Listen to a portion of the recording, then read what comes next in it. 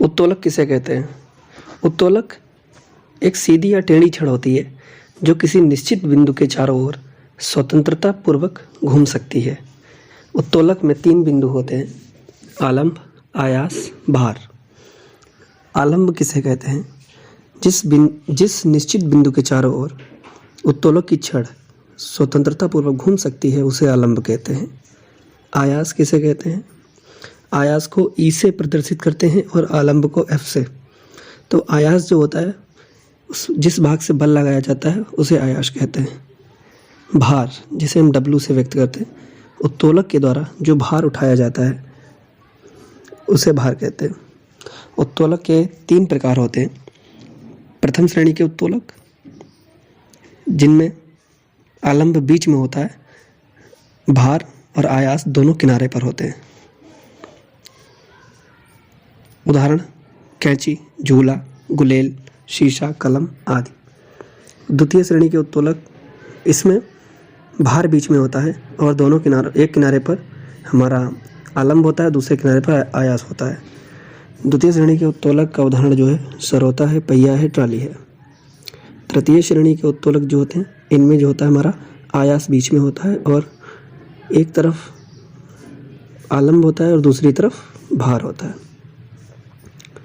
ठीक है, तो इसका तृतीय श्रेणी का उत्तोलक का एग्जाम्पल क्या हो जाएगा? चिमटा, हल, चाकू, फावड़ा, मनुष्य का हाथ आदि। तो सबसे पहले हम बात करेंगे कोशिका के बारे में। शरीर की रचनात्मक इकाई को कोशिका कहते हैं। कोशिका गति करती हैं, श्वास लेती हैं, अपना पोषण करके वृद्धि करती हैं। जीवों के शरीर की सबसे छोटी इकाई को कोशिका कहते हैं। कोशिका की खोज सर्वप्रथम रॉबर्ट हुक ने 1665 में कोशिका की खोज की थी। इन्होंने कार्य कोशिका देखी थी। जीवित कोशिका की खोज एंटोनी वॉन ल्यूवेनहॉक ने की थी। कोशिका के प्रकार, कोशिका 2 प्रकार की होती हैं: प्रोकैरियोटिक कोशिका और यूकैरियोटिक कोशिका। प्रोकैरियोटिक कोशिका में हिस्टोन प्रोटीन नहीं होता है जिसके कारण क्रोमेटिन नहीं बन पाता।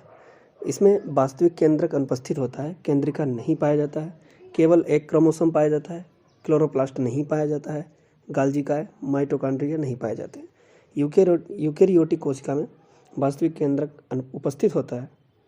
ठीक है, प्रोकैरियोटिक कोशिका में वास्तविक केंद्रक अनुपस्थित था और यूकैरियोटिक कोशिका में वास्तविक केंद्रक उपस्थित होता है। इसमें अनेक क्रोमोसोम पाए जाते हैं, गाल्जिकाए, माइटोकॉन्ड्रिया पाए जाते हैं, केंद्रिका पाया जाता है, क्लोरोप्लास्ट पादप कोशिकाओं में पाया जाता है। अब बात करेंगे कोशिका की संरचना की। तो कोशिका की संरचना में सबसे पहले बात करें कोशिका भित्ति। कोशिका के ऊपर पतली दोहरी झिल्ली चढ़ी रहती है जो कोशिका के आंतरिक भाग की रक्षा करती है। यह केवल पौधों में पाई जाती है। पौधों की कोशिकाओं में कोशिका झिल्ली के बाहर एक मोटी और मजबूत परत होती है जिसे कोशिका भित्ति कहते हैं। अब कोशिका झिल्ली देखते हैं। कोशिका के चारों ओर पाई जाती है कोशिका झिल्ली। केंद्रक तथा कोशिका झिल्ली के बीच में उपस्थित जीव द्रव्य को हम क्या कहते हैं? कोशिका द्रव्य या साइटोप्लाज्म कहते हैं। इसमें कई प्रकार के कोशिकांग पाए जाते हैं जैसे माइटोकॉन्ड्रिया, गाल्जिकाए, हरित लवक। केंद्रक क्या है? कोशिका द्रव्य के बीच एक बड़ी गोल गाढ़ी संरचना पाई जाती है जिसे केंद्रक या न्यूक्लियस कहते हैं। माइटोकॉन्ड्रिया ये दोहरी झिल्ली से घिरी कैप्सूल के आकार की संरचना है जो श्वसन क्रिया में भाग लेकर ऊर्जा उत्पन्न करता है तथा संचित करता है। इसे कोशिका का ऊर्जा गृह कहते हैं।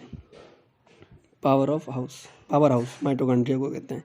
ये धागेनुमा दानेदार गोलाकार दिखाई देती है। हरित लवक, ठीक है, हरित लवक जो क्या है, यह केवल हरी पादप कोशिकाओं में ही पाया जाता है। ये प्रकाश संश्लेषण का कार्य करता है।